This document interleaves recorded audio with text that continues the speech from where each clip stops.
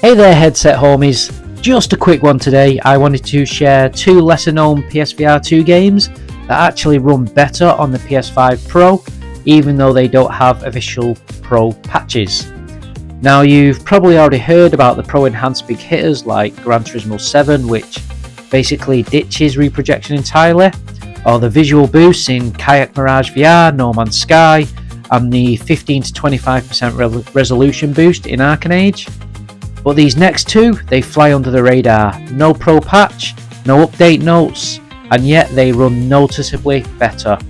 Want to know what they are? Grab a brew, take a seat, let's dive in.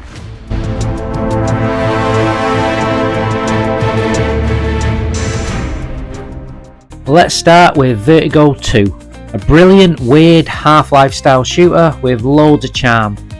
Now I'll be real with you, the graphics are decent but they're not jaw-dropping, and even on the PS5 Pro there's no upgrade in visuals, no higher resolution, no better lighting, nothing fancy.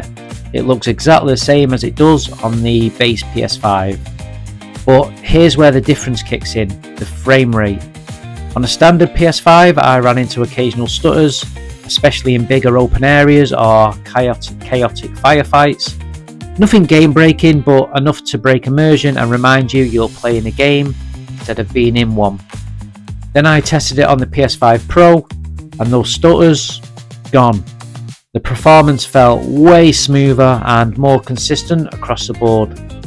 It's not officially Pro enhanced, but that extra horsepower is clearly making a difference behind the scenes. And in VR, smooth performance is everything. Even if the graphics don't change, a solid frame rate can completely transform the experience. Now the second game, I've not seen any other mention on this, Into the Radius, one of my absolute favourite VR survival games. Atmospheric, creepy, tense, and it punishes you for every mistake. Nowhere near as frequent as Vertigo 2, but on the base PS5, it had some seriously rough spots performance wise. For me, the worst offender was the building behind Potovsky Village, you know, the one with the yellow crane. Every time I got near it, the frame rate would tank. I'm talking like 10 to 15 FPS, and it would stay that way until I left the area. Same thing in the factory zone, absolute slideshow, and since the game often sends you back there for missions, it was a real buzzkill. But once I got the PS5 Pro, I went straight to both spots, and guess what? Smooth as butter. Not a single hitch, the game finally ran the way it should. Again, no official patch, but clearly the Pro's beefier hardware is putting in the work. So yeah, resolution and lighting upgrades are great, but in VR, frame rate is king. A choppy frame rate doesn't just look bad, it feels bad. It messes with your immersion and in some cases can even make you feel nauseous.